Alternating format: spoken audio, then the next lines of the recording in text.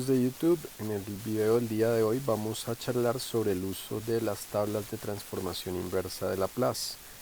Y para esto vamos a hacer uso de algunos ejemplos de aplicación para que podamos ver cómo es específicamente el trabajo con la tabla. Para propósitos prácticos dejaré la tabla en el lado derecho de la pantalla y sencillamente iremos analizando caso por caso cómo resolver aplicando esa tabla. Empecemos con la primera función. En la primera función, si nos damos cuenta, se parece a la primera fórmula antitransformación que tenemos allá, donde nos dice que la transformada de una constante sobre s elevado a un elemento natural corresponde a la constante que hay en el numerador, sacarla y multiplicarlo por una función t, en donde al exponente que tengamos le restemos 1 y donde el factor de compensación sería ese mismo exponente que nos genere aquí, pero factorial. De tal manera que aquí tendríamos que eso nos daría 8 por t a la 9 sobre 9 factorial. Y simplemente sería cuestión de calcular el valor del 9 factorial y luego hacer la correspondiente simplificación. Y eso nos daría 1 sobre 45.360 multiplicado por t a la 9 y quedó antitransformada nuestra función. En la segunda función nos encontramos con que hay una forma que se parece a la que en la tabla encontramos como una constante sobre s menos otra constante, solo que acá hay más. ¿Qué es lo que ocurre con ese más? Yo ese más lo puedo interpretar como si fuese s menos 4.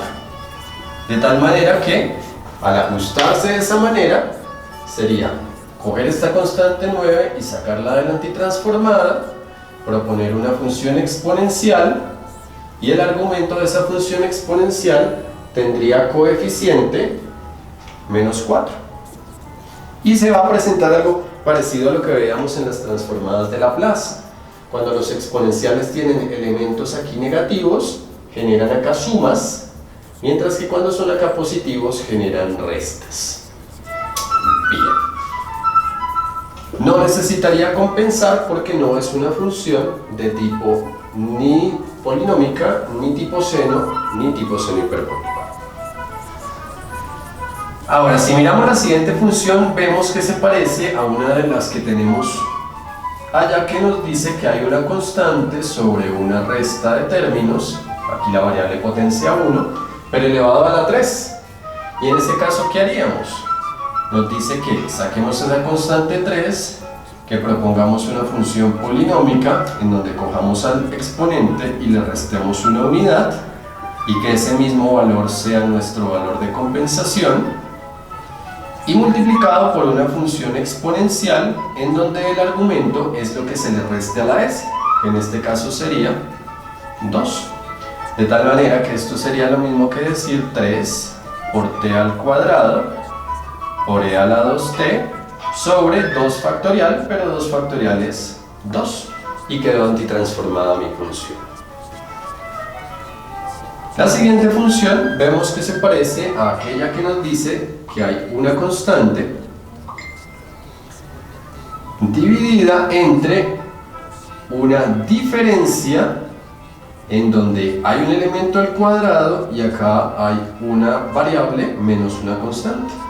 Y vemos que esa es una de las últimas, es la que se parece o es la que se acomoda a la forma en la cual hay un producto entre una función exponencial y una función seno hiperbólico, porque resta. Y es sencillo de trabajar. Decimos, proponemos un exponencial, proponemos una función seno hiperbólico, y lo que ocurre es que el elemento que se le resta a la s viene aquí en el exponencial, y el elemento que hay acá, si yo le saco la raíz cuadrada, será el coeficiente de mi argumento en el seno hiperbólico. Solo que este mismo elemento tendría que venir aquí dividiendo. Y listos. Esta, por otro lado, se parece a la forma en la que nos dice que hay una constante por S sobre una suma de cuadrados. De tal manera que esto sería una función coseno. Sacamos el 8 que hay en el numerador, proponemos la función coseno, y para saber el coeficiente del argumento del coseno, simplemente le sacamos raíz cuadrada a este número. Si la raíz es un elemento, es una raíz exacta, pues la calculamos, si no, la podemos dejar indicada. En este caso, se parece a aquella que nos dice que hay una suma de funciones de la forma exponencial por coseno más exponencial por seno. Si miramos la fórmula, que es de las últimas que tenemos allá, nos encontramos con lo siguiente. Esto sería sacar la constante, multiplicar por un exponencial, multiplicar por un coseno y sumarle esa misma constante multiplicada aquí por un exponencial, multiplicada aquí por una función seno, pero teniendo en cuenta que acá hay un factor de compensación y teniendo en cuenta lo siguiente. Primero que todo, que el elemento que viene aquí en el exponencial, como es un más 2, vendría a ser un menos 2t el coeficiente, y que ese menos 2 es el mismo que multiplica aquí a este elemento 3, ya que la función nos dice k por a y sobre b. Y para calcular ese elemento b, sacarle la raíz cuadrada a el elemento que se le esté sumando aquí a mi cuadrado, de tal manera que nos quedaría así. Claro, yo podría hacer esta resolución, eso vendría sobre raíz de 7, y al hacer esta resolución nos daría más por menos, menos, y 3 por 2, que sería 6, de tal manera que esto nos quedaría antitransformado de esta manera. Y para esta última tenemos una diferencia de cuadrados en el denominador y un numerador constante, que como vemos allá en la tabla sería una función seno hiperbólico. Sacamos el 8, proponemos en la función seno hiperbólico, le sacamos la raíz cuadrada a este término para saber quién multiplica aquí a la t, pero la raíz cuadrada de 1 es 1, y dividimos sobre ese mismo 1, de tal manera que 8 sobre 1 nos daría 8, y por el seno hiperbólico de t.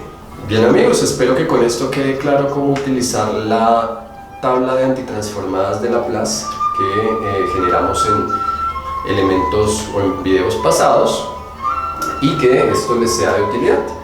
Les agradezco mucho por su atención.